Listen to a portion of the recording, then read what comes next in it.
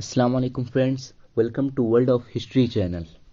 पिछली वीडियो में हमने बात की थी लाइट के दूसरे नाम यानी थॉमस अल्वा एडिसन के बारे में, और इस वीडियो में हम बात करने वाले हैं लाइटनिंग के दूसरे नाम यानी बेंजामिन फ्रैंकलिन के बारे में। तो चलिए शुरू करते हैं। बेंजामिन फ्रैंकलिन संयुक्त राज्य अमेरिका के संस्थापक जनकों में से एक थे। एक प्रसिद्ध बहुश्रुत फ्रैंकलिन एक प्रमुख लेखक और मुद्रक वैज्ञानिकार, राजनीतिक विचारक, राजनीतिक वैज्ञानिक, आविष्कारक, नागरिक कार्यकर्ता, राजमर्मज्ञ, सैनिक और राजनयिक थे। एक वैज्ञानिक के रूप में बिजली के संबंध में अपनी खोजों और सिद्धांतों के लिए वे प्रबोधन और भौतिक विज्ञान के इतिहास में एक प्रमुख शख्सियत रहे। उन्होंने अमेरिका में पहला सार्वजनिक ऋण पुस्तकालय यानी पब्लिक डिप्ट और पेंसिल्वानिया में पहली अग्नि विभाग की स्थापना की। वे औपनिवेशिक एकता यानी कॉलोनियल यूनिटी के शीघ्र प्रस्तावक थे और एक लेखक और एक राजनीतिक कार्यकर्ता के रूप में उन्होंने अमेरिकी राष्ट्र के विचार का समर्थन किया। अमेरिकी क्रांति के दौरान एक राजनयिक के रूप में उन्होंने फ्रेंच गठबंधन हासिल किया, जिसने अमेरिका की स्वतंत्रता यानी आज़ादी को संभव बनाने में मदद की।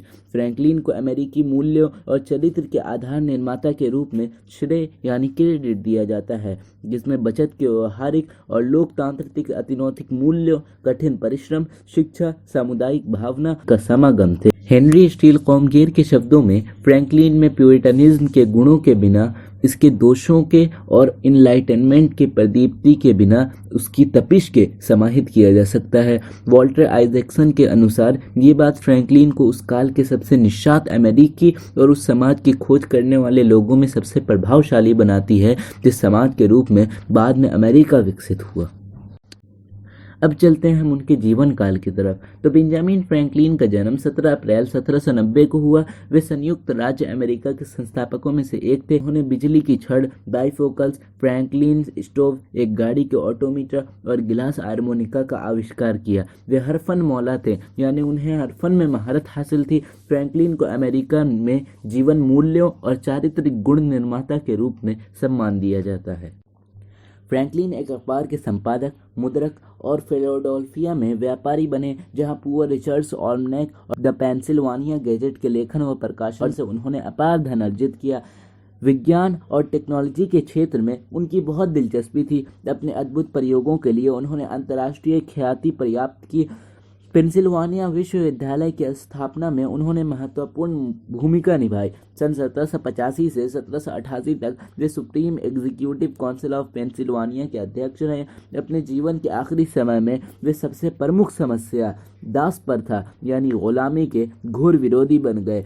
ये इंस्पायरेशनल बायोग्राफी उस महान विभूति के बहुआयामी व्यक्तित्व का पूरी परिचय देती है। 12 वर्ष की उम्र में ही अपने भाई जेम्स की प्रिंटिंग प्रेस में एक प्रशिक्षु के रूप में उन्होंने कार्य करना शुरू कर दिया। संभवतः यहीं से उन्हें पढ़ने और लिखने में रुचि होने लगी होगी। भाइयों में विवाद होने के बाद बेंजामिन फ्रैंकलिन न्यूयॉर्क होते हुए 1723 में फिलाडेल्फिया पहुंचे। तमाम उतार चढ़ाव के बाद उन्होंने अपना प्रिंटिंग प्रेस स्थापित किया और द पेंसिल्वानिया गैजेट का प्रकाशन आरंभ किया। फिर 1727 में प्रसिद्ध पुअर रिचर्ड्स एल्मनिक जारी किया। 1758 में उन्होंने एल्मनिक में अपनों के लेखों का प्रकाशन रोक दिया। उन्होंने उसमें फादर अब्राहम सरमन को छापना शुरू किया, जिसे कॉलोनियल अमेरिकी में साहित्य का प्रसिद्ध हिस्सा माना जाता है। इसके साथ राजनीति में उन्होंने अपनी छवि एक कुशल प्रशासक की स्थापित की, जबकि नौकरियों में भाई भांति जावाद जैसे मुद्दों के कारण वो विवादग्रस्त भी रहे हैं। इस क्रम में 1777 में संयुक्त राज्य अमेरिका के आयुक्त के रूप में उन्हें फ्रांस भेज दिया गया। वहां 1785 तक रहकर उन्होंने अपने देश का कामकाज बड़ी कुशलता एवं बुद्धिमत्तापूर्वक निभाया। आखिरकार जब वो स्वदेश लौटे तो अमेरिका की आज़ादी के लिए जॉर्ज वाशिंगटन के बाद उन्हें दूसरा स्थान अर्जित करने का श्रेय हासिल हुआ।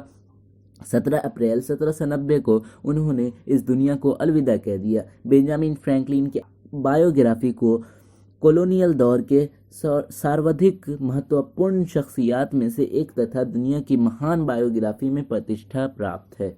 बेंजामिन फ्रैंकलिन वे पहले वैज्ञानिक थे जिन्होंने अंध महासागर में गर्त की धारा की गति का अध्ययन किया। उन्होंने अपना बहुत सारा समय इस धारा को तापमान, वेग और गहराई को नापने में लगाया। फ्रैंकलिन ने नौसेना अधिकारियों और वैज्ञानिकों को ये दिखाया कि उथल पुथल वाले सागर को भी मल्लाह लोग इसमें तेल डालकर शांत कर सकते हैं। लाइटिंग कंडक्टर के अलावा और भी अनेक उपकरण इस वैज्ञानिक द्वारा विकसित किए गए हैं। फ्रैंकलिन द्वारा विकसित स्टोव कमरों को गर्म करने के लिए बहुत ही अच्छा साबित हुआ है। उनका ये स्टोव एक ऐसा उपकरण था जिसके द्वारा एक चौथाई ईंधन का प्रयोग करने पर दुगना हीट पैदा की जा सकती है। फ्रैंकलिन ने बायोफोकल नेत्र लेंसों का भी आविष्कार किया जिन्हें आज तक प्रयोग किया जाता है। इस आविष्कार के आधार पर ऐसे चश्मों का निर्माण संभव हुआ जिनके द्वारा नज़दीक की पुस्तकों को पढ़ना तथा दूर की वस्तुओं को एक साथ देखना संभव हो गया है। अब हम उनके प्रयोग की बात करते हैं। तो एक बार फ्रैंकलिन ने घर में बनी हुई एक पतंग आकाश में उड़ाई। उस समय बरसात का मौसम था और बादल छाए हुए थे। इस पतंग को बनाने के लिए उन्होंने एक बड़ा रेशमा रुमाल लिया और उसे लकड़ी की पट्टियों से बने एक क्रॉस पर बांध दिया। लकड़ी की एक छड़ी पर लोहे का तार इस प्रकार लगा दिया कि वो पतंग के सिरे से 1 फुट बाहर रहे। उसने पतंग को उड़ाने के लिए एक डोरी इस्तेमाल की और डोरी के सिरे पर सिल्क का एक रिबन बांध दिया। डोरी तथा सिल्क के मिलने वाले स्थान पर उन्होंने लोहे की एक बड़ी चाबी लगा दी। पतंग उड़ाने के लिए वे एक शेड के नीचे खड़े हो गए ताकि सिल्क का रिबन वर्षा से भीग न जाए। इसके भीगने पर उन्हें करंट का झटका लग सकता था।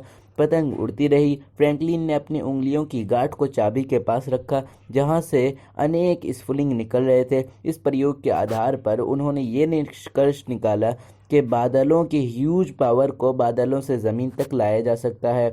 इसी के आधार पर विशाल भवनों को बादलों की विद्युत से सुरक्षा प्रदान करने के लिए तड़ित चालकों का विकास किया गया। बेंजामिन फ्रैंकलिन ने बड़ी बड़ी बिल्डिंगों को बिजली की कड़क और लाइटनिंग द्वारा होने वाले नुकसान से बचाने के लिए खुद से एक विधि विकसित की। उनके द्वारा विकसित विधि कुछ इस प्रकार है। इतनी लंबी लोहे की एक पतली छड़ ली जाए जिसका एक सिरा गीली जमीन में 3-4 फुट नीचे हो तथा दूसरा सिरा इमारत के सबसे ऊंचे भाग से 6-7 फुट ऊपर निकला रहे। छड़ के ऊपरी सिरे पर लगभग 1 फुट लंबा पीतल का पतला तार बांध दिया जाए जिसका सिरा नुकीला हो। यदि भवन में ऐसी व्यवस्था कर दी जाए तो उसको बिजली से कोई भी नुकसान नहीं पहुंचेगा बल्कि बिजली नुकीले सिरे द्वारा आकर्षित होकर बिना किसी नुकसान पहुंचाए धातु की छड़ में से होती हुई जमीन के भीतर पहुंच जाएगी। अब हम चलते हैं उनके विचार की तरफ कि वो क्या सोचा करते थे और वो क्या कहा करते थे। तो उनका ये विचार था कि जिसके पास धैर्य है वो जो चाहे वो पा सकता है। उनका ये विचार था कि ईश्वर उसकी मदद करता है जो खुद अपनी मदद करता है। उनका ये विचार था कि कुछ ऐसा लिखो जो पढ़ने लायक हो या कुछ ऐसा करें जो लिखने लायक हो। उनका ये विचार था कि अज्ञानी होना उतनी शर्म की बात नहीं है जितना कि सीखने की इच्छा न रखना। उनका ये विचार था कि एक मकान तब तक घर नहीं बन सकता जब तक उसमें दिमाग और शरीर दोनों के लिए भोजन और अग्नि न हो। उनका ये विचार था कि तैयारी करने में फेल होने का अर्थ है कि फेल होने के लिए तैयारी करना। और उनका ये विचार था कि छोटे छोटे खर्चों से सावधान रहिए। एक छोटा सा छेद बड़े से बड़े जहाज को भी डुबा सकता है। अगर आपको वीडियो अच्छी लगी हो तो लाइक ज़रूर कीजिएगा और कमेंट बॉक्स में अपने टॉपिक से हमें आगाह कीजिएगा। Thanks for watching.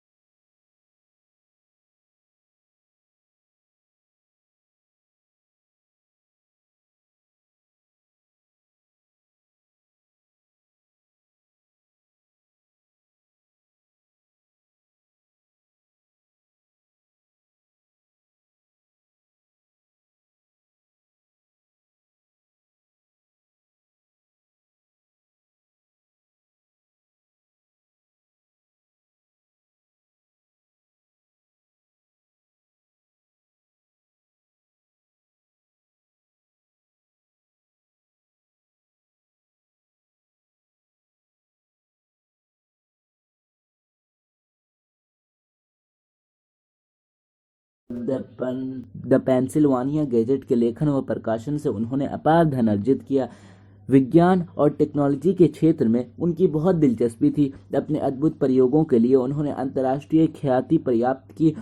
पेंसिल्वानिया विश्वविद्यालय की स्थापना में उन्होंने महत्वपूर्ण भूमिका निभाई। सन 1785 से 1788 तक वे supreme executive council of Pennsylvania के अध्यक्ष रहे। अपने जीवन के आखिरी समय में वे सबसे प्रमुख समस्या दास प्रथा यानी गुलामी के घोर विरोधी बन गए।